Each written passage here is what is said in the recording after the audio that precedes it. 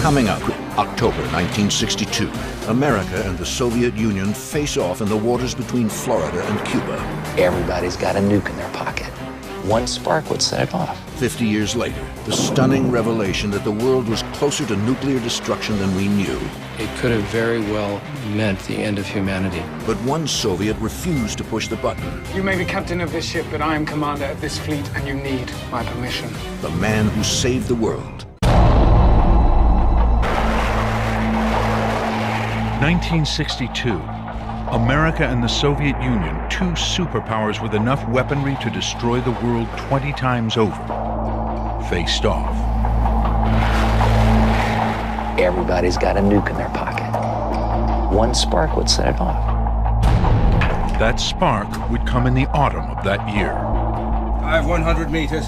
The world held its breath as 4 Soviet submarines armed to the teeth with nuclear weapons set off for Cuba, while the U.S. Atlantic Fleet went on the hunt. We were looking toward Russia and seeing a country that wanted to destroy us. I call upon Chairman Khrushchev to halt and eliminate this clandestine, reckless, and provocative threat to world peace. During these few days, the survival of the world as we know it depended on 3 individuals under enormous pressure. Sir! Load the special weapon. But just how close the world came to complete destruction during those dark October days has only recently come to light. I had a written order that I could release it. And if there was an order to fire the torpedo, I would do it without a second thought. The idea that a sub-commander could launch World War III was yet another layer of the ultimate danger. I now believe that it could have meant the end of humanity. This is the story of how one man pushed the world to the brink of destruction and how another saved us all from nuclear apocalypse. It's better than fiction.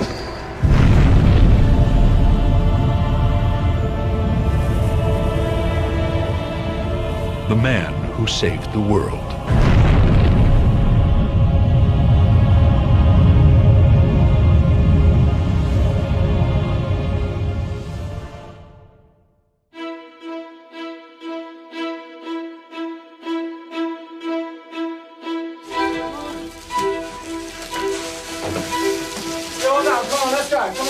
At a top-secret naval base in the Arctic Circle, 4 Soviet submarines prepare for a mission known only to a handful of Communist Party officials. The men on board have no idea where they're being sent. When we were at the base, we were preparing for the voyage. Where exactly? That kind of information they didn't tell us, only that it would be out at sea.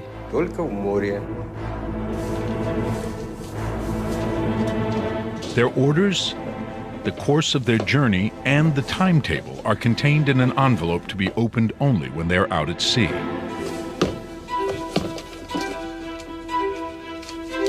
Valentin Savitsky is the commander of one of the subs, B-59, and until he opens his orders, the destination remains a mystery.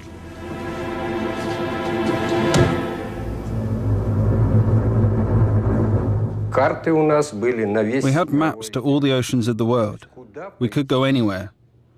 Wherever they told us to go, we would alter the course and we'd go there. One of the only men who knows about the mission in advance is the captain of the entire submarine fleet. He will also be making the journey on board sub B-59.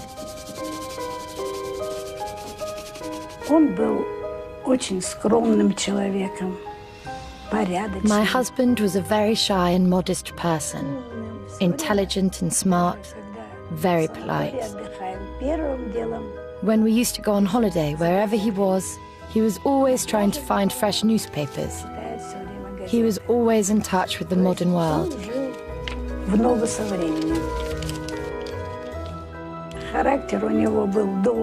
His character was very kind and calm. He was a real human being. And like many submariners, he has his own rituals. Well, I don't know whether to call it a superstition, but one day when I came home, there was the smell of paper. I asked, what was going on? Did something burn in the house? No, he replied, I've just burned all our letters. Why, I asked with tears in my eyes. He replied that if you keep the letters, then that is bad luck. And luck is something Vasily Arkhipov will rely on. He will be part of an operation that will bring the world to the very brink of complete and utter destruction.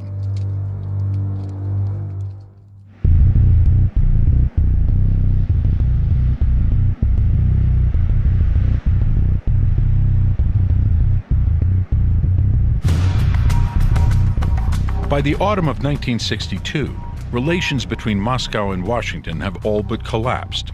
The communist East and capitalist West stand toe-to-toe. The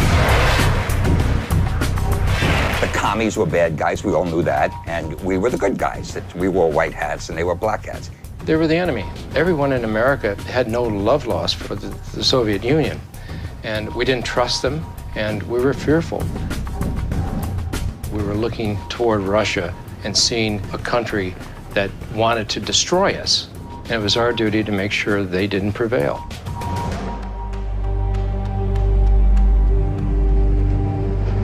The Americans, for the first time, felt vulnerable. And you had the beginning of the backyard bomb shelter craze, where people in the leafy suburbs of Washington, D.C. were building bomb shelters back in their backyard and stocking it with canned goods. And they were teaching school kids how to duck and cover under their desks. There was a level of paranoia. Kennedy's administration has stationed missile arrays in Turkey and Italy that are capable of destroying the people of Moscow in 16 minutes.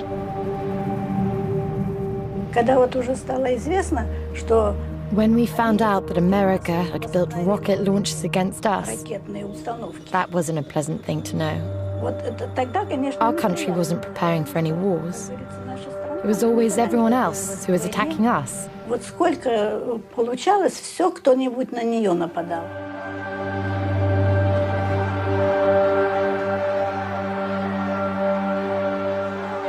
Adding to the tension is the revolution in Cuba. Castro's takeover means that a regime sympathetic to Russia now stands at America's doorstep.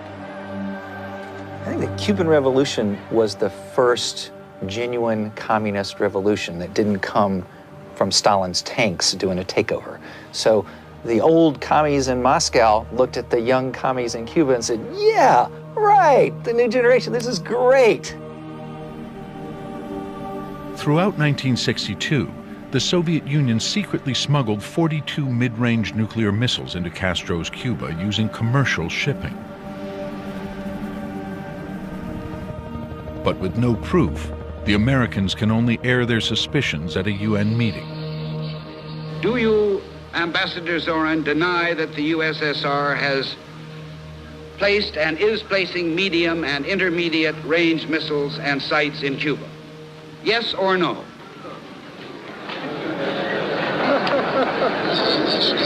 You will have your answer in due course. I'm prepared to wait for my answer until hell freezes over, if that's your decision. If you have your missiles in Turkey, we have our missiles in Cuba. And that was the game. The Cuban missiles mean the Soviets can now annihilate Los Angeles, Washington, and New York within just 30 minutes. And Russia does not intend to stop there.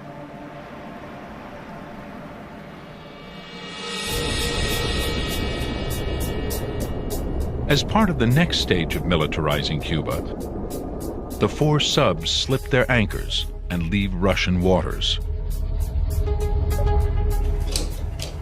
But what only a handful of the submariners aboard know is that each sub carries a top-secret cargo.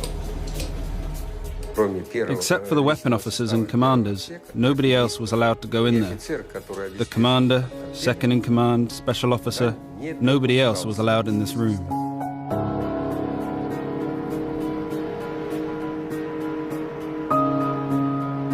The special cargo in each of the subs is a single nuclear torpedo of extraordinary power.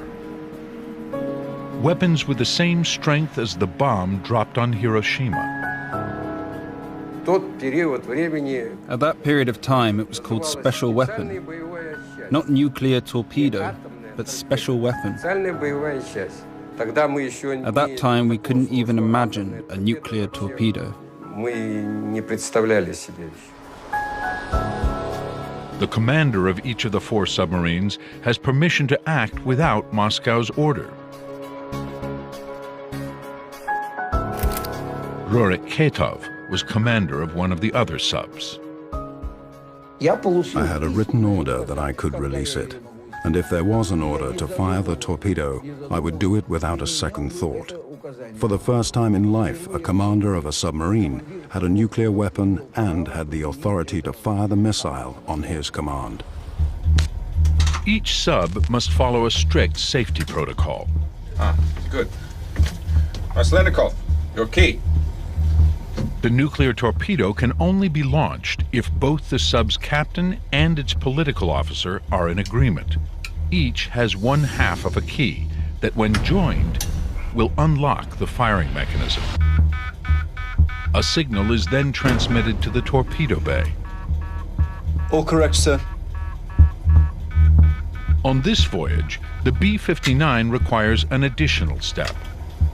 Vasily Arkhipov, the head of the fleet, has the power of veto. Thank you. If these 3 men agree, they can unleash Armageddon.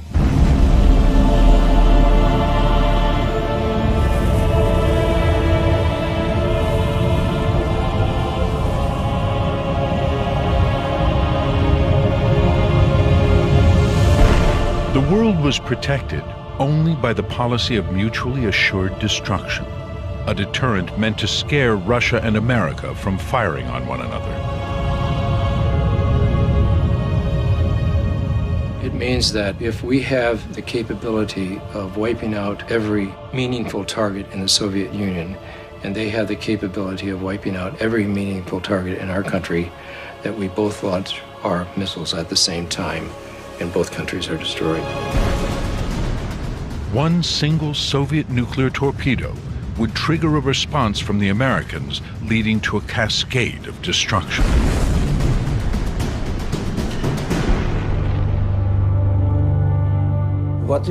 The answer to the fist was to hold our own fist. That's how it was. Everybody's got a nuke in their pocket. One spark would set it off.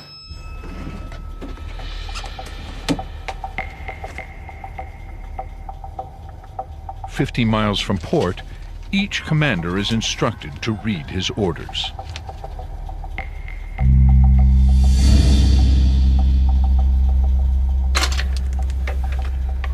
Comrades, we have been asked to take part in a special mission for the Soviet Union.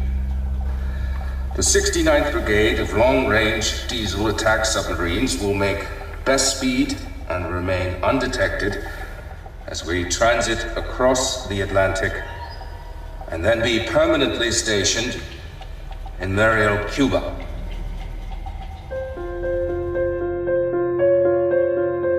Under their orders, the submariners will travel 7,000 miles from the safety of the Arctic Ocean, past Scandinavia and Iceland, south into the Caribbean, where they will reinforce the secret Soviet forces in Cuba. Only 90 miles from mainland America. The plan is for these 4 submarines to serve as the vanguard of a Soviet force that will make Cuba one of the most militarized places on Earth. Of course, if I knew he was going there, to Cuba, I'd be 100 times more worried. This is a most important mission, assigned by the party and the government. I am sure we will accomplish it. I rely upon it.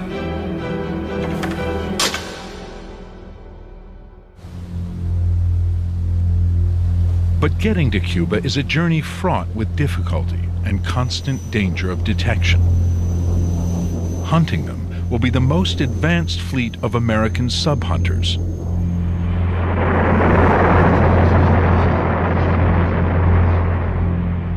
Destroyers, helicopters, surveillance planes, all armed with the latest technology.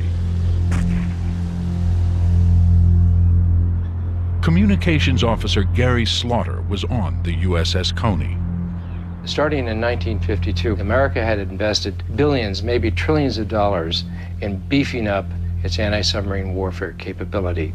And the only enemy that we were trying to suppress and confront and defeat was the Soviet Union.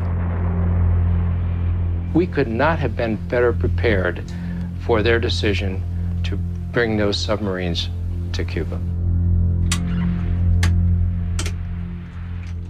2 weeks after leaving home, the 4 Russian subs safely reached the mid-Atlantic without incident.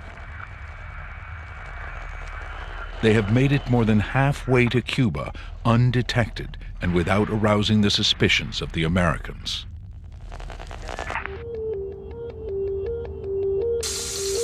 John Stausinger, an advisor to President Kennedy, witnessed the government's inner workings during the crisis and was there when the U-2 spy planes returned with photographic proof that the Soviets had smuggled missiles into Cuba. They began to swear and cuss because they didn't know a thing about it. And quite frankly, they swore like a bunch of unhappy truck drivers. That's the language they used. The Americans now have concrete proof that Soviet missiles could be launched from Cuba. Most Americans were outraged, but also very frightened. Very frightened.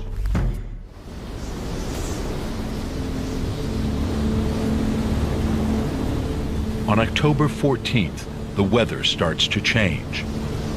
Hurricane Ella begins forming in the Caribbean. It will be the biggest storm of the season. At that moment, the Atlantic was very disturbed, a storm after a storm. The waves were going up to 5 to 7 meters, and the wind was making it even worse. But the ship sits low in the water, up to 5 meters high, and it was completely covered by the waves. We were going through with the hatch closed, because if you open it, the water will get in immediately.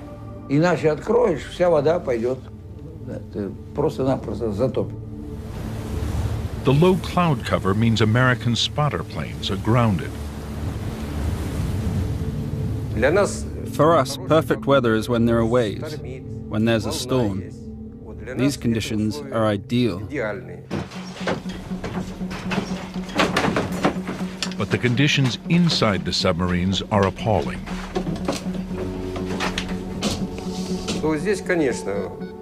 During this storm, we just couldn't stand on our feet. In conditions like this, you have to put your legs against the bulkhead and keep your back pressed against the fittings, just to keep yourself stable. Otherwise, the waves can swing the ship around, and you can break your head or damage something. There is no radio contact from Moscow. While negotiations have started at the highest level, nothing is passed on to the 4 submarines. It is as if they have been forgotten.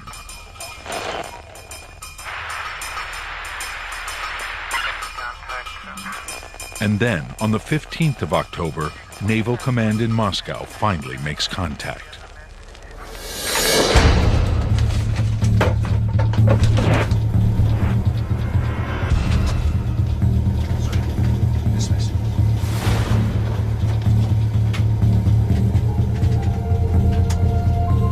It seems Moscow is changing the mission.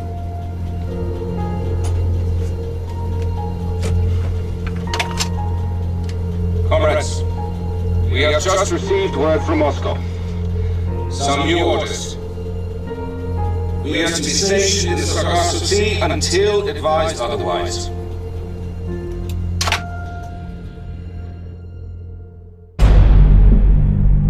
A little more than 2 weeks after leaving Mother Russia, the 4 submarines are ordered to hold their position in the Sargasso Sea and wait for instructions.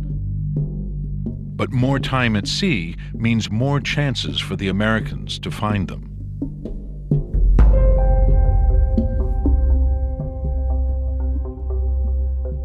A 1,000 miles away from Cuba, Kennedy decides to speak to the nation about the discovery of Soviet missile bases. Shall be the policy of this nation to regard any nuclear missile launched from Cuba against any nation in the Western Hemisphere as an attack by the Soviet Union on the United States, requiring a full retaliatory response upon the Soviet Union. So far, everything had been kept secret, but going public meant that the whole country would know about it, but also Prime Minister Khrushchev would know about it. I patched it through our public address system, all through the ship, and it was sobering. I call upon Chairman Khrushchev to halt and eliminate this clandestine, reckless, and provocative threat to world peace and to stable relations between our two nations. I call upon him further to abandon... Kennedy announces that going forward, Cuba will be under quarantine.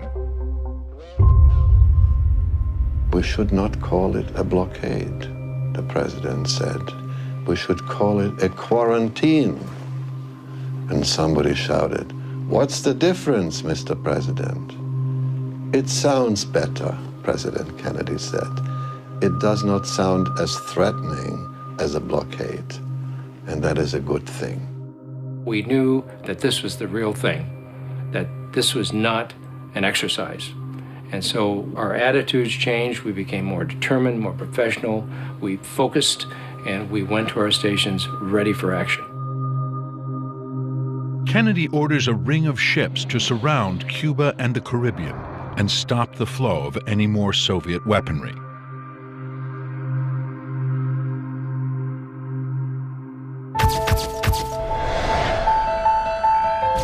News that the Soviets smuggled nuclear weapons into Cuba explodes across the nation.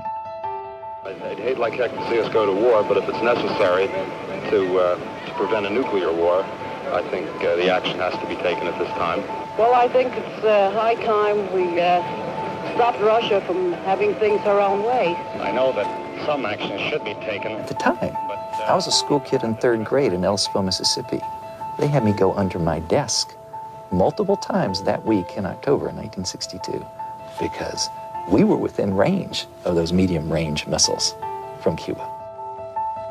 But the rising tensions are not reported in Russia. Life continues as normal. October 22nd, 1962.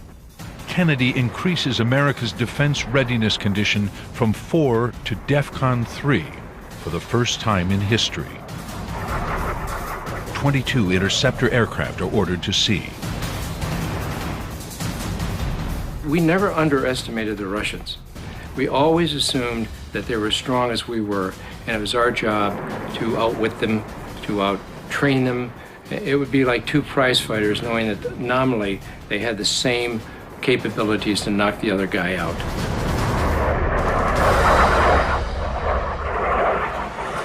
Below the waves, the crew of B-59 has been away from home for 3.5 weeks. And they're feeling more and more isolated and cut off from Moscow. Radio operator Vadim Orlov would later describe the situation to Tom Blanton at the U.S. National Security Archives. They weren't getting communications from Moscow. They were listening to Miami radio stations.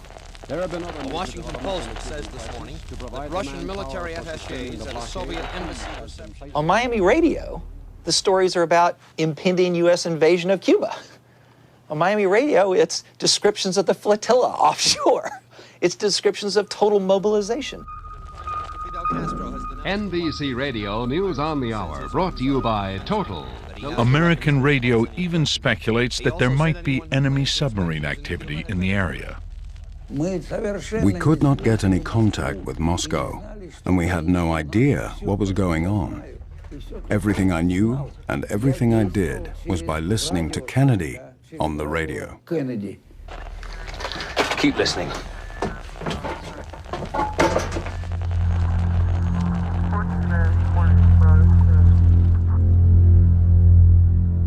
While the lack of contact with Moscow is a problem, the men are facing a more serious risk. A previous disaster aboard another submarine has made the chances of discovery much greater.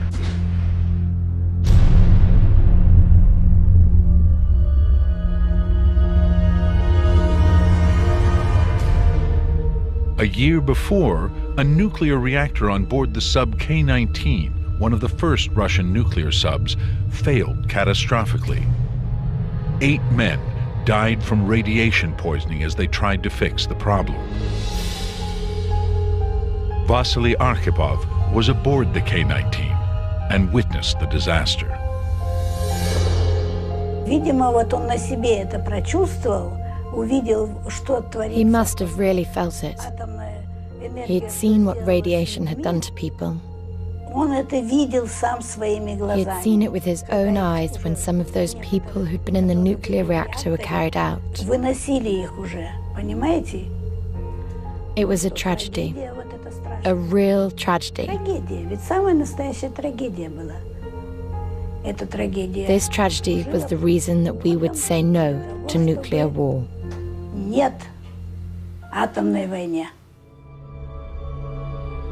Following the K-19 disaster, the Soviet Navy mothballed their nuclear subs. The only subs now available for this mission are diesel electrics. And diesel electrics must surface to charge their batteries. Batteries are down to 20%. Begin preparations to surface. But despite the shortcomings of their equipment, the captains of the Soviet subs have one trick up their sleeves. They can perform magic and make a 330-foot steel hulk just disappear. The oceans are naturally broken down into layers of different temperatures, and these different layers break up the speed of sonar waves, making submarines impossible to track. The ocean is never consistent in its temperature. If you took a thermometer and you swam down to the bottom of the sea, as you would go down, you would notice that the temperature changes.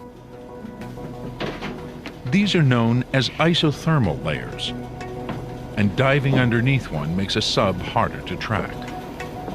Dive 100 meters. As anti-submarine warfare hunters, we were always focused on the thermal conditions of the water. A cool layer of water has a different density than a warmer layer. A sonar ping literally bounces off the line between the two. It's the most difficult thing to deal with when you're in the anti-submarine warfare business. If a submarine can get below that thermal layer, they're better off hiding under there. 85% of the entire Atlantic fleet is now on the hunt for any vessel that might attempt to break Kennedy's blockade.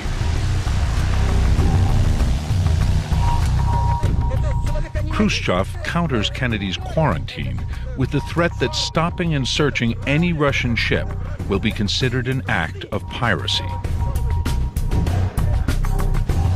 40 destroyers, 4 aircraft carriers, and 358 aircraft are now effectively hunting for any Soviet vessel that might be smuggling weapons. It has become the most dangerous game of cat and mouse in history.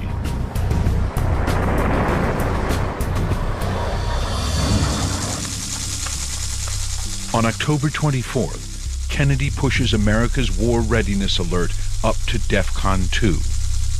According to these ratings, the next stop is nuclear war.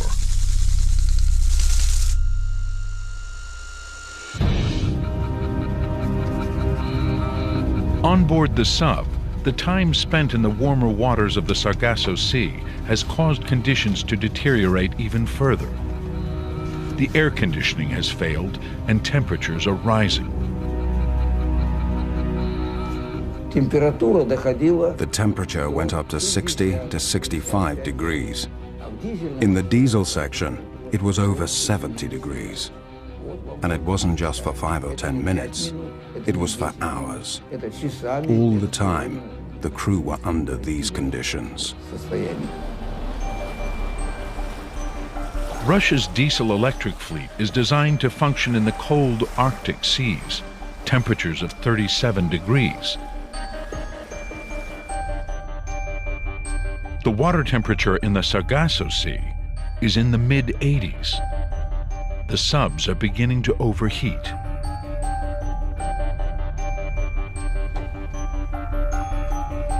The coolest part of the sub is at each end by the torpedo pods. There it is only around 110 degrees. Crew members are allowed there for short periods of time.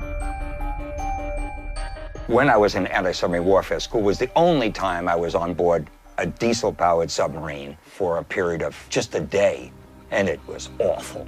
It's a stink of diesel oil and the smell of acid from the batteries and stuff like that. And we were out just for the day, and it was quite enough for me, thank you. Rations are diminishing. Each man is limited to a single glass of water per day. The radio operator of B-59, Vadim Orlov, told his story to the U.S. National Security Archive in the years before his death. Orlov was describing the terrible conditions on these submarines. They were not made for warm waters, and they were terrible equipment that should never have been deployed. And it was a height of recklessness to send this equipment off with nuclear capacity. What man in his right mind would send a diesel submarine on that kind of mission? Only a madman. Only someone who doesn't know the situation at all.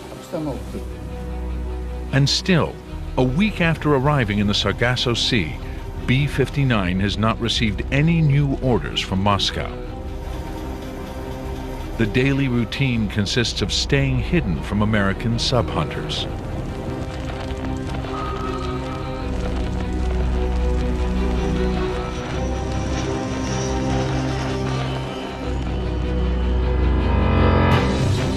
Plane overhead! Plane overhead! Crash guard! Crash guard! Crash guard! How much charge? 35%.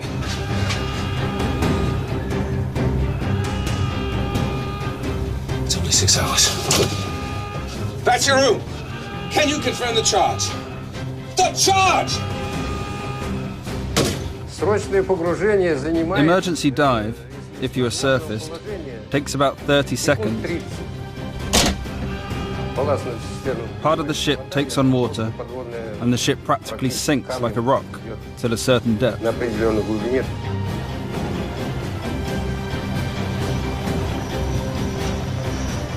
With spotter planes overhead, B-59 is forced to dive with only enough charge in its batteries to stay hidden for 6 hours.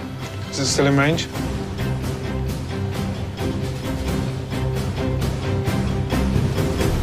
That's why the situation was getting harder, and we couldn't charge our batteries anymore. The sailors on B-59 have no idea whether their cover has been blown.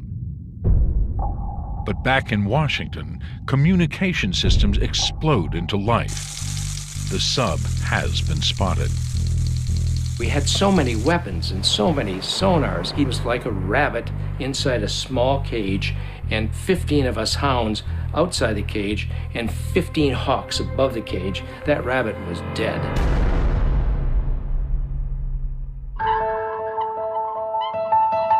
The U.S. fleet is trying to get a lock on the sub. Sonar buoys, listening devices, are thrown into the sea, and the temperature of the Atlantic is continually analyzed. With the weather settling down, the ocean has become a stable, single body of water, with no isothermal layers.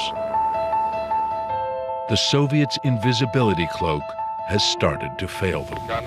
Our equipment was working perfectly. My sailors were doing a marvelous job of tracking this guy. The water conditions were good, so by the end of 2 hours, we really knew we had him. While the pressure on the Russian submariners intensifies, things are about to go very wrong for the Americans. I remember seeing an aide come into the Oval Office, and the aide whispered into the president's ear. And then he drew himself up to his full height, and the president said, "We've had a casualty." Flying at 70,000 feet over Cuba, a spy plane is shot down, killing the pilot. President Kennedy turned visibly white. He got pale. It was an act of war. Pilot kill? Yes, this was shot down over Climate, which is right there where U-2 site in eastern Cuba. The missile fired is one of those secretly supplied to Castro by the Soviets. Well, this is much of an escalation by them, isn't it? Major Rudolf Anderson is the first person to die in the conflict. All-out war is now a step closer.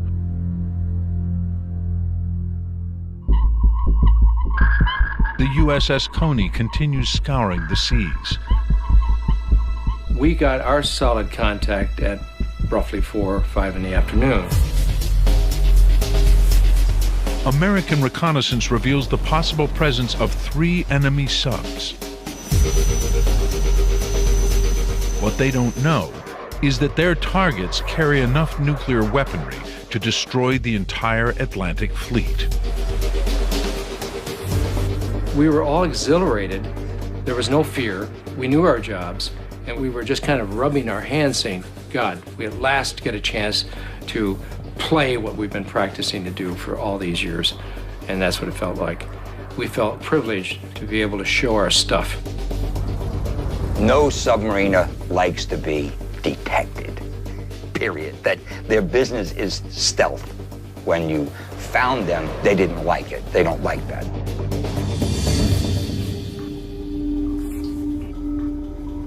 As the men of B-59 suffer in the heat,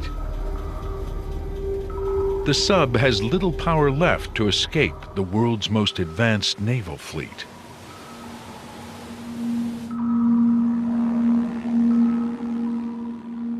Hunt to exhaustion. You would keep contact on the submarine until he had to surface because his batteries were going flat.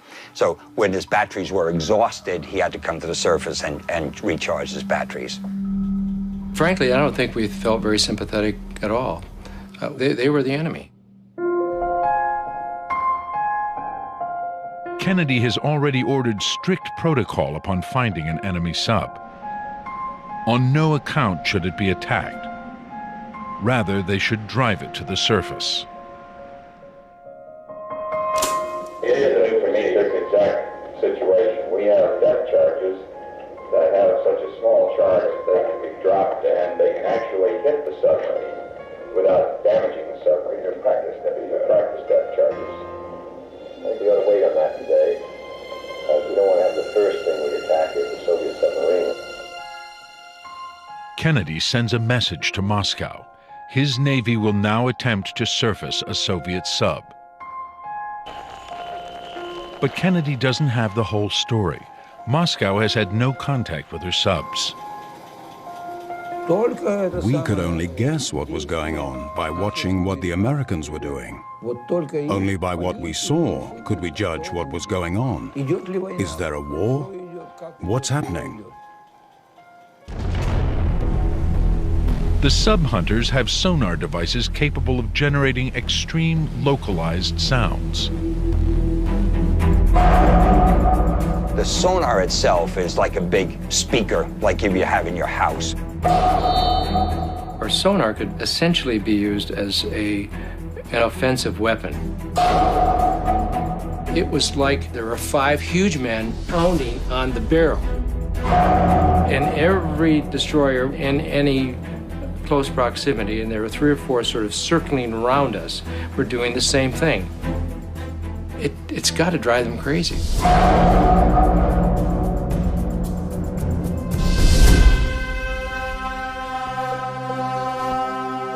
In Washington, it's late afternoon. The entire crisis is now focused on a single Soviet submarine, cornered and unpredictable. Tensions are at their breaking point. I saw Defense Secretary McNamara take Dean Rusk to the side and said, "The sun is setting. It could be the last sunset we will ever see." And that's when I got scared. The Americans have been tracking B-59 for 2 hours. We weren't trying to kill them. We could have very easily killed that submarine. We wanted to harass it. We knew they were probably having difficulty breathing. It was hot as hell in there. It was miserable. They were cramped together, and they had been under great strain for a long time. So what we were trying to do is basically apply passive torture. The typical response would be, if he wanted to come to the surface, he would fire a flare, and we would say, "You're clear to surface." But that didn't happen. The men aboard B-59 are frightened and confused.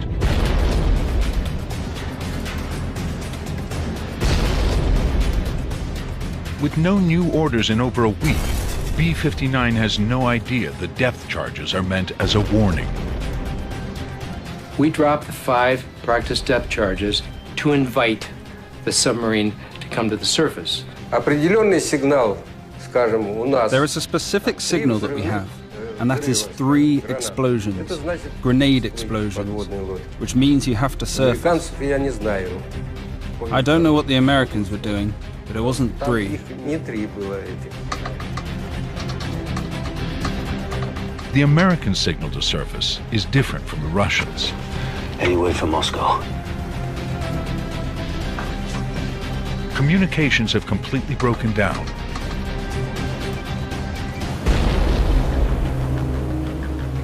The Coney's slow torture of B-59 continues for 5 hours.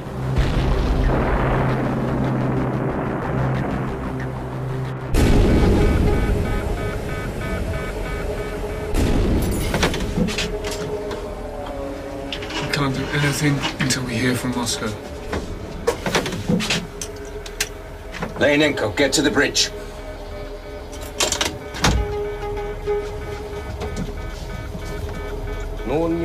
Savitsky never lost it. He just made a decision.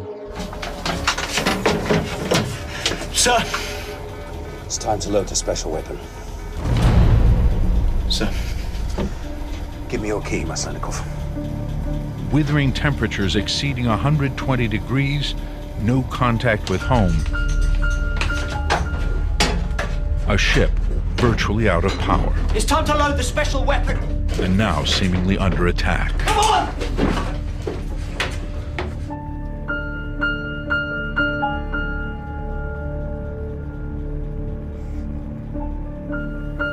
We will sink all the fleet, but we will not humiliate Russia.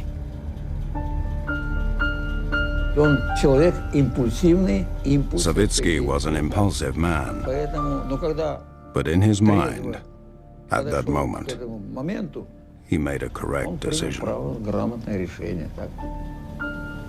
Give me your key, Maslenikov. What are you thinking? Your key, Maslenikov. He had no rights because Vasily was in charge. He was the commander of the fleet of all the ships. But Savitsky was the commander of this ship. The commander is the second in command after God. These are the rules the submarines live by. We don't know that this is an attack. For all we know, they are trying to surface us. The future of the world now rests on Vasily Arkhipov's shoulders. We have orders to defend ourselves. You may be captain of this ship, but I am commander of this fleet, and you need my permission. Vasily Arkhipov was our commander of the fleet. He was a submariner and a close friend of mine. He was a family friend. He stood out for being cool-headed. He was in control. He was a real submariner.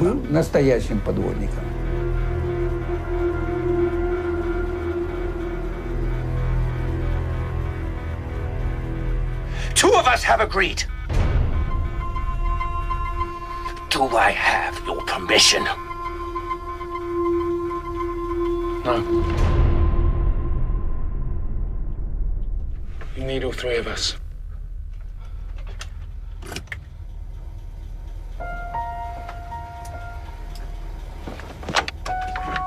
Он знал, что это безумие. He knew that it was madness to fire a nuclear torpedo. С ядерной головкой. Place the special weapon in the initial position and restore protection. И тем более, что он уже сам пережил. And especially that he lived through that and saw it. Поэтому он даже не сомневался. He didn't hesitate to say no. God only blessed the man because what would have happened after that? We would have been in a nuclear war with Soviet Russia, and there would perhaps not be a world. It's time to make contact with the Americans. We were already prepared to use nuclear weapons. We had all of our strategic aircraft ready to fly to Russia, armed with nuclear weapons. So there was no doubt in my mind that we would have had a nuclear exchange with the Russians if their nuclear ballistic missiles worked. Their cover blown, the ordeal for the men of B-59 is finally over. Each takes time to leave the sub and breathe fresh air. We were steaming very close to the submarine. He was on the port side, the left side of the ship, in the dark with the night lights on. It was about, I would say it was about midnight when I finally got up there to have a look at him. They weren't 7 feet tall, and they didn't have fangs coming out of their mouth. Now, I personally had never seen a Russian naval officer. As far as I was concerned, he was from Central Casting, dour, squatty-faced, and he looked pretty mean, actually.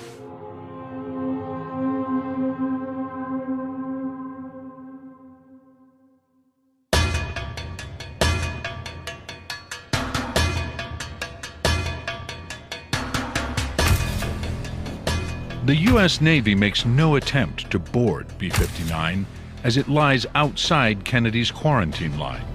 Instead, they point her in the direction of home.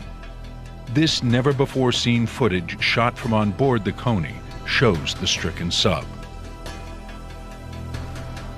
One of the second-class fire control technician, he was able to shoot some 8mm film, and to see that film and that submarine going off away from our control was somewhat saddening because he was our catch.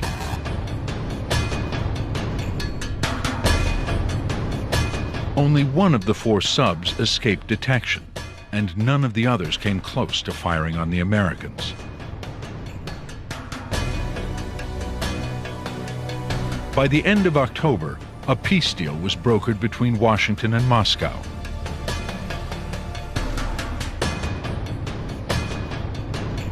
At the beginning of November, Russian missiles hidden under tarpaulins were filmed being withdrawn from Cuba. America agreed to remove her missiles from Turkey. The Cuban Missile Crisis was over.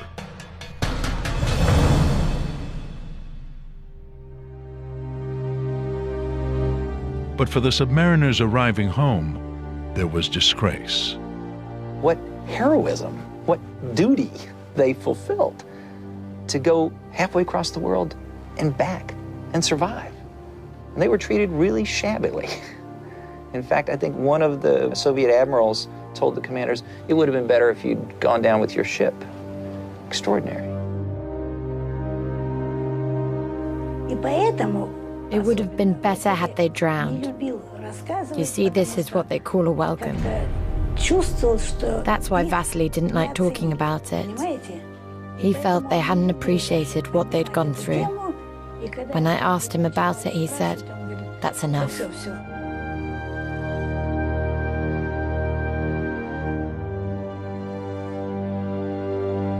Arkhipov, the man who saved the world, eventually succumbed to radiation poisoning from the K-19 disaster.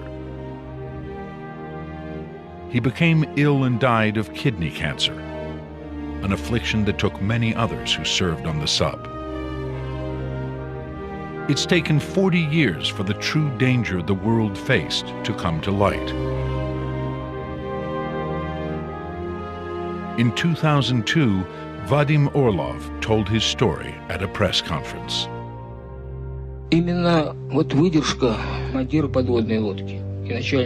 Before this, no one had any idea the subs were even armed with atomic weapons, let alone that the actions of a single man prevented one from being launched.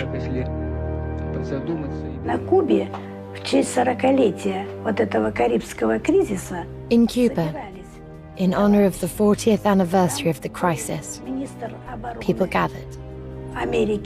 There was the American Minister of Defense, McNamara. There were representatives from Russia. And they were all talking about that. And they said that the person who prevented a nuclear war was the Russian submariner, Vasily Arkhipov. I was proud, and I am proud of my husband. Always.